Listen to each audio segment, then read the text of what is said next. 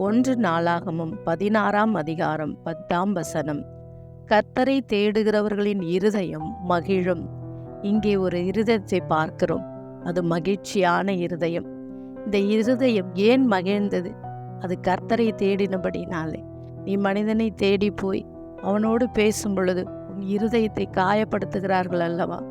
உன் இருதயம் காயப்பட்டு அந்த இருதயத்தில் வலியும் வேதனையும் அது மறைந்து கிடக்கிறது அல்லவா? நீ தேவனை தேடு, மனுஷனை தேடாதே. அவன் பேசுகிற வார்த்தை ஒரு கத்தியை போல் உன் இருதயத்தை கிழித்து கொண்டேதான் இருக்கும். அந்த வார்த்தையில் நீ ஆறுதலை பார்க்க முடியாது, உன்னை தேற்ற முடியாது.